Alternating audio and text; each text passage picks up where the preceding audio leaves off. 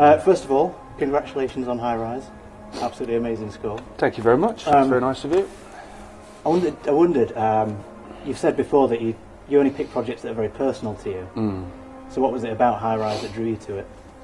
Well, I love Ballard, and I love Ben. The films that Jeremy Thomas has produced in the past were big influences on my taste, I'd say, when I was growing up. So really, it was, I couldn't say no. Have you known Ben a while? No, well, only since we did the film. I mean,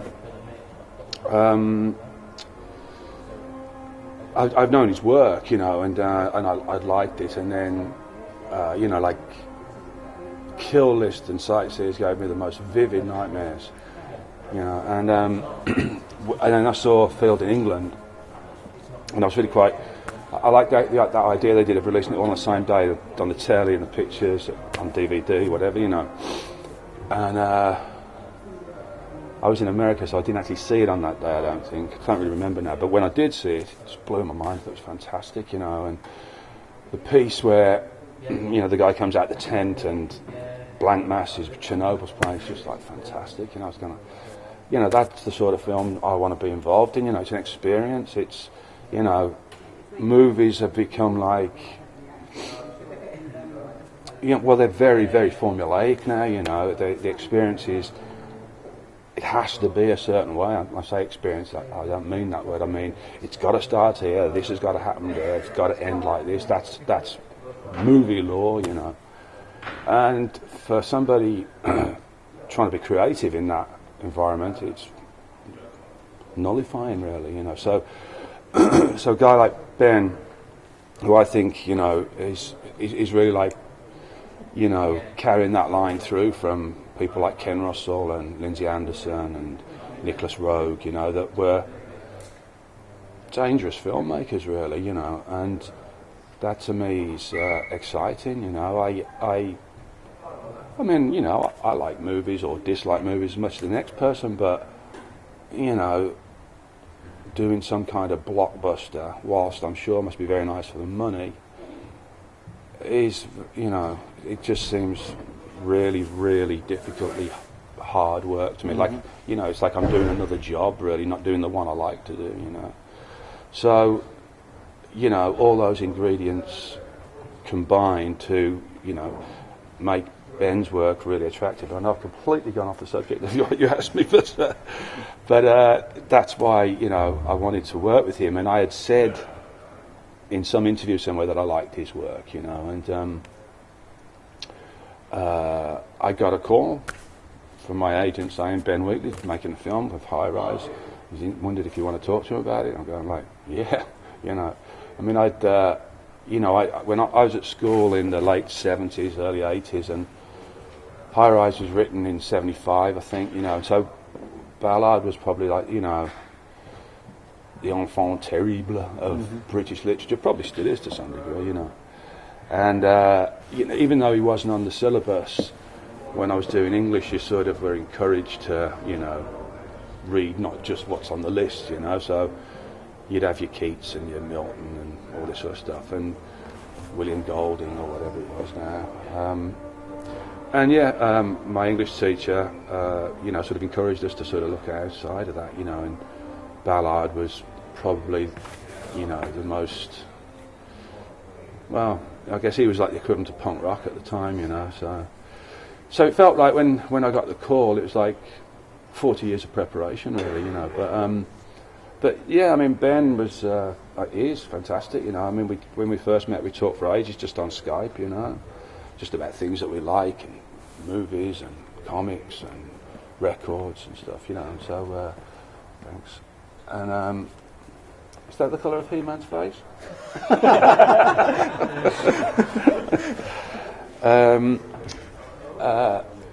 So that was really good, and then I read the script, and I thought Amy did a fantastic job, and we were all set to go, and then unfortunately, I mean, and this is, I guess it is a very relevant part of the story. They shot it I guess during that summer of 2014, and or late summer, early winter, not early autumn. And I was just about to start on it, and my girlfriend died. Oh God.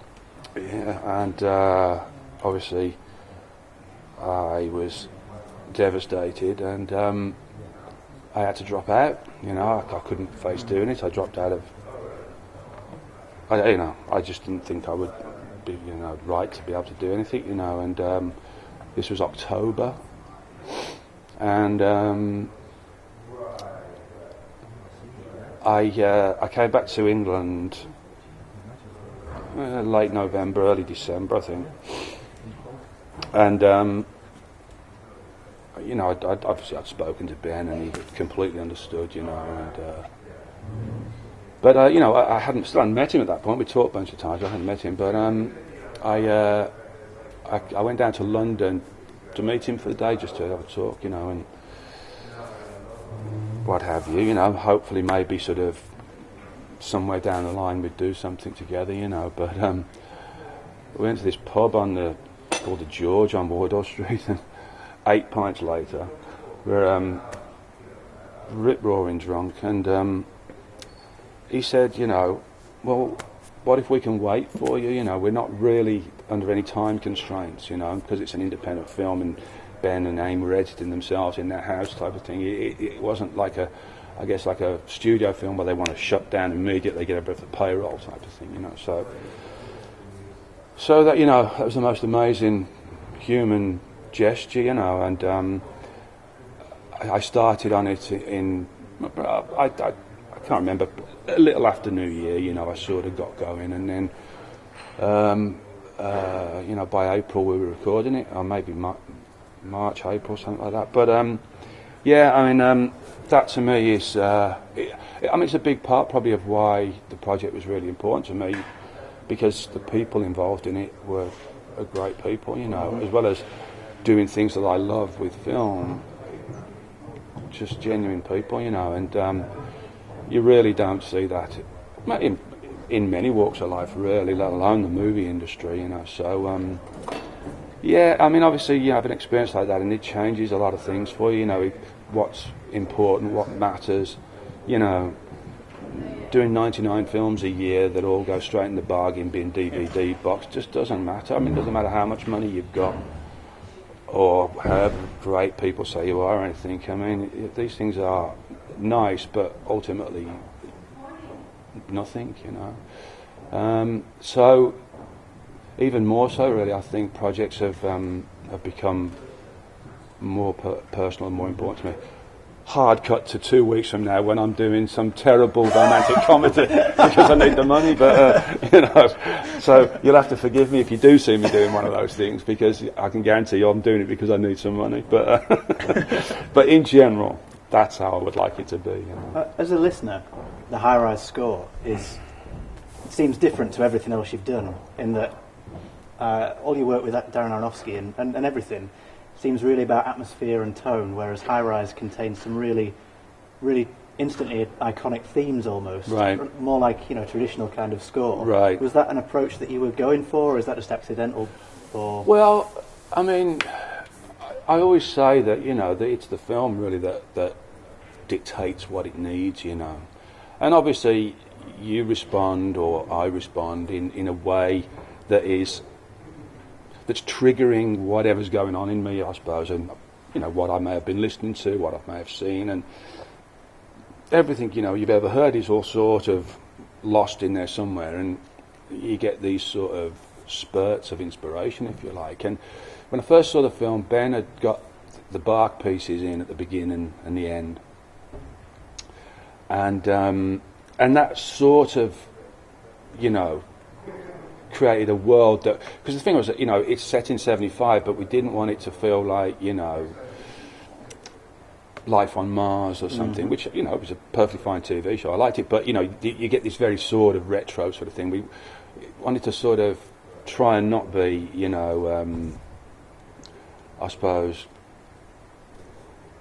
too comedic with it, I guess, but at the same time we needed this sort of faux bright optimism, of this wonderful new structure, this brave new world that we're going into, you know. And so, you know, it was really important not to get too dark too quickly, because we knew where the film was going was going to be dark, you know. So consequently, I guess that forces you into a slightly different area of detective work, if you like, trying to find things, you know, that sort of feel like they're doing the job for what we need, you know. And then, you know, there's obviously, you know, there's a lot of things that are in the book aren't in the film, but, you know, but you can still have those undertones, if you like. I mean, Lang doesn't really, in the book, his sister isn't dead, but in the film she is. But you know, but he doesn't really dwell on it. You know, it's sort of there. So you kind of want a sense of things not being quite right with Lang, and perhaps he's looking to get away. And then there's the work environment, then there's the upper floors, and there's Royal. You know, so you've always got this idea that everybody kind of thinks they're better than they are. You know, so the music was perhaps a little that way as well. You know, in terms of how you pick instrumentation, not necessarily just for High Rise, but everything. How do you go about that? Do you just compose everything on sort of a piano and then work from there, or have you always got something in mind? Well, it really can develop from anywhere, really. I mean, I tend to write from piano and guitar, but then, you know, it sort of goes into the computer and I start putting the strings in and stuff like that. But, you know, it's just or my orchestrator will have suggestions. I had this synth sound in High Rise, and Jeff, my recording engineer and mixer, and Matt, who's my orchestrator, had done something recently that when they heard that synth sound, they go, oh, you know what, we just worked with this instrument called the glass harmonica, and it'd be perfect for that sound, you know. And there's this guy in London called Alistair Malloy who plays it, and he might be the only person in England who's got one, I think, maybe a couple of others, but not many. And it's this, I don't know if you know it, but it's like a machine that's a spindle, and then it's got different size bowls on it, and you pedal it and it revolves, and you wet your fingers and then you play these bowls, and they sort of sound a bit like wine glasses, you know. But because the weights, the bowls are all tuned differently, so it's almost like a piano basically. You can play chords and melodies on it. It's quite symphonic, really, and it's just got this amazing tone, you know. And it's very mechanical in that way. So it takes a lot of recording because it creaks and stuff like this, and your fingers dry out. You know, they go all pruny after a while. But then you can't get any contact on the bowl, so you can only do a little bit at a time. It's problematic, but, you know, like most things that are difficult, it's worth the effort, you know. But it used to be called, it was invented by, I'm going to say George Washington. It wasn't George Washington, Benjamin Franklin, I think. And they used to call it the devil's instrument because anybody who would play it would go mad and die in 2 years. And they just didn't know what it was. And they found out what it was, of course, because, like, you know, you've got the bowls, and you paint on them black keys, so you know which are the white keys, which are the black keys. Back in those days, of course, they like to use lead paint on it. No.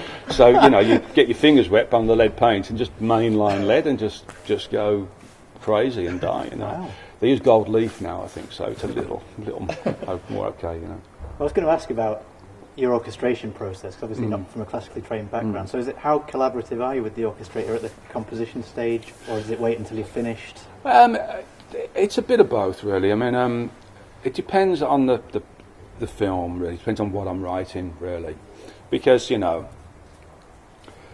I mean, you can get samples, great sample libraries of all stuff now, so I can, you know, do it. But a lot of the time I might just write, you know, it depends on the time, whatever. I might just write the string chords and the melody, you know, and then Matt will break it out into the violins, violas and the cellos and that sort of stuff. Other times I'll do that as I'm writing it. It just sort of depends, you know. And if like, for instance, when we did Noah, I mean, I went to London a couple of times to play the film and the music to Matt and Jeff whilst I was still working on it, because they have such an input when we're on the stage as we're recording, you know. I thought, well, maybe I can get some of that information up front, and it'll help in the development, you know. So, you know, it's a very much a team effort, you know. Have you always worked with the same team, or has it changed? I've worked with the same team for about the past nearly 10 years now. Right. Prior to that, I was bouncing around a little bit, different people, trying to find a team, I suppose, you know. And I met Jeff, I think the first one we did with Jeff was Doom, I think. And then a little after that, he said, you know, let's get this guy, Matt, to do your orchestrations. He's a great bloke. And they both are great. We have a good time when we're in the studio, as long as people leave us alone. but yeah, they're great. I wanted to ask as well about, because you've always used percussion really interestingly. I don't know if that comes from having been in the band, or you've just always, it's always very different percussion as well. It's not right. Just, you know, synth percussion, or it can be orchestration percussion. Yeah, well, I don't like drum beats. Music with drums in has got to be very carefully specific for me. It just puts me to sleep, really. You know, I mean, like a 4/4 beat.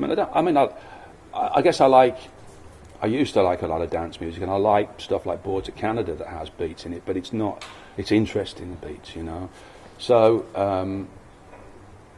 it's just trying to find a way of being interesting and finding something cool, really. You know, because percussion really can bring a great dynamic, you know. And you try to find something that's, you know, relevant to the film, you know. It's just about taste, really, I suppose, you know. Mm-hmm. So if there's any 4/4 beats tonight, we can throw them out. Yes. You've probably gone over this before in interviews, because we're going back a long way here, but when you first met Darren, you've spoken a bit about the fact that you were kind of in New York looking for the right thing to do, and what happened afterwards, but what sort of happened that first time you met? What were you talking about? Right. How did the relationship sort of build? Slowly, really. I mean, I don't know that we were particularly, you know, soul brothers the moment we met, you know what I mean? No, we're both quite shy, I suppose, or reserved in that sort of way, I suppose, you know. So, Eric Watson, who was Darren's producing partner and co-writer on Pi, was worked in video making for bands, and he knew my then girlfriend because she did PR for bands and stuff, and they were talking, and he said, you know, we've got this script we're trying to develop, we're looking for some music, and she said, well, why don't you know Clint? Clint loves films and he writes, you know, and stuff like that. So they came over to the apartment, and yeah, I mean, I can't remember whether I'd read the script at that point or they gave me the script to read after we'd met. I don't really remember now, but I know Darren had showed me things like the research that he'd done for the film, which is a lot of stuff that I didn't quite understand, you know, 'cause it was new to me, the Torah and, you know, all that sort of stuff, the mysticism, and, you know, I knew of the golden ratio, but, you know, all these things tied together, and then the migraines that Sean's character would have, Max would have. Darren had these books of people who have migraines, and they'd done paintings, you know, and that you'd have, like, I mean, it literally would be, you know, a still life of a bowl of fruit with a massive shard clashed through it, you know.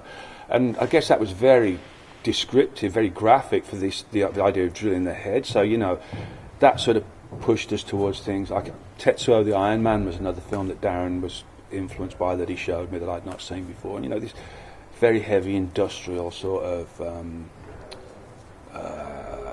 soundscape to it, you know. And we talked about the films we liked and the films we didn't like, and we didn't like film music by and large, we said, because a bit like still now, there's so much wallpaper, you know, it's not really very characterful, you know. We liked that character that John Carpenter brought to his films, you know. I mean, you know, I know Halloween is probably, you know, there's millions of Halloween films now, but that film and the music used in it is just incredible, you know. And you know, I'd been a fan of that for years, and Assault on Precinct 13, and and a lot of stuff that I liked. I liked older film scores, like Bernard Herrmann or Miklas Rosa, and stuff like. I love themes in films, like in Spellbound. It's like the theme comes back when his memories. He's trying to pull him, and it's just like a fantastic use of another element of filmmaking, and we just felt that that film music had just got boring, I guess Making Pie really reminded me of when I made my first record. It's like you feel like you're making a stand against something. You're making a statement about. It's very punk rock, That's what we wanted to achieve. Mm-hmm. Of your work, do you have a favourite cue or score or one that means the most to you? Well, I mean, you kind of like to say you love all your children equally, But I mean, obviously, certain things have gone off and had quite a life of their own outside of me. Like Lux Eterna, and I really like Moon. I really like Black Swan. I really like The Fountain. They're all. I really like High Rise. And every one of them. If you put the film in front of me again, I don't know if I could redo it. Recreate that. If you sort of somehow, wiped my mind, sort of Eternal Sunshine style, and gave me the film again. I don't know if I could do it again because they just. It's very. I know. I've been being very pretentious of late, and but I think it's sort of true. Like a sculptor says, the statue's already in the stone. I just got to get it out. And I think the music sort of. Say it writes itself, but it sort of does. I feel like I just have to channel it. I just got to tune in and channel it, And if I did that today, it would probably be very, very different to what I did 10 years ago or yesterday, even. So every one is sort of special in its annoyance and pride upon completion, and then. It's lovely when people like it, and it's when we do these shows and we play this music, you can see that people do connect to it. People have a real strong bond with it, and that's a beautiful thing for us to be able to share that with people. And I love doing these gigs for that. So when Lux Eterna was used, it was used famously in the. Well, apart from when you first wrote and used in the film, it was used famously in the Lord of the Rings trailer. Yeah. Were you involved when they took it to rearrange it and? Or no, did you just give it a sign-off? I knew nothing about it until it was done, and right. Artisan, who had made Requiem, only came to Darren and I at the very last minute to get our approval, and I'm not sure we could have stopped them. I don't know, because I own certain of the rights of the music. I mean, we probably could have, perhaps, but the train had already left the station, type of thing, And we heard it, and it was just like, oh my God. To be honest, it was such an eye-opener for me, because obviously I was very early in my career, and a piece that sounds like the Requiem for a Dream piece in the Two Towers trailer, whatever it was, I couldn't have imagined me being able to write a piece like that. But when I heard what somebody had done to me, I go like, oh bloody hell, it's just sounds and different arrangement, really. So to me, it was actually really great. It was exciting. It was sort of real eye-opener, because I knew it was playing before Punch Drunk Love, the PTA film, is it? And so one afternoon I went to see Punch Drunk Love on my own, just to see the trailer, see what it was like, And there was only about 4 people in the cinema, The trailers come on, and I was going, oh my God, this is incredible, So yeah, that was, it's just that's life in the movies, I suppose. What are you listening to at the moment? Doesn't have to be film related. What am I listening to at the moment? God, whenever anybody asks me that, well, I can actually tell you what I've been listening. I've been listening a lot to Berlin by Lou Reed. One night. It was the last film I saw with my girlfriend. Julian Snabel did a documentary of the live performance of Berlin, and Heather couldn't sleep one night, as she often couldn't, and so it was about 3 a.m, and I'd had this DVD for ages, and I said, "Oh, should we watch this?" and yeah, we both loved it, you know. So that's sort of strangely become a, you know, sort of important record to me now. Finally, then, we're here tonight in Gateshead. What can we expect from the show? Well, thrills, chills, laughter, tears, you know. I don't know, you know. I think I've got it, or we've got it to a place that I've perhaps always wanted to get to, you know. Even going back with Pop Will Eat Itself, you know, with it's sort of, you know, obviously there's the musical aspect played by me and the band. It's a 9-piece band with Sonus Quartet providing the strings, Carly on the piano, and Mike doing the guitar, Clint bass and synths, and Eric on the drums, and me doing bits of everything, bit of guitar, bit of keyboard. And we have projections that have been pretty much all made by my friend Agata Alexander back in LA, that sort of are different to the films that the music are from, but hopefully somewhat, you know, like a cousin, if you like, you know. And I talk about the music and some of the experiences of making the music and making the films, and I hope it's sort of, I mean, the music, obviously, you know, my music is quite sort of dark, you know, but I hope that, which is great, and I love that, but the sort of in-between chat, I think gives a little bit of light and shade to it, a bit of colour, so hopefully everybody, I don't know, I think it's sort of, it's quite an emotional experience at times, and I think connecting with people by talking to them allows that emotion perhaps to come out a bit more, you know, feels appropriate, you know. So yeah, I mean, we really love doing it, and I hope you enjoy it too, you know. That's great. Well, thank you very much, Clint Mansell. My pleasure. Thank you. Cheers. Thank you.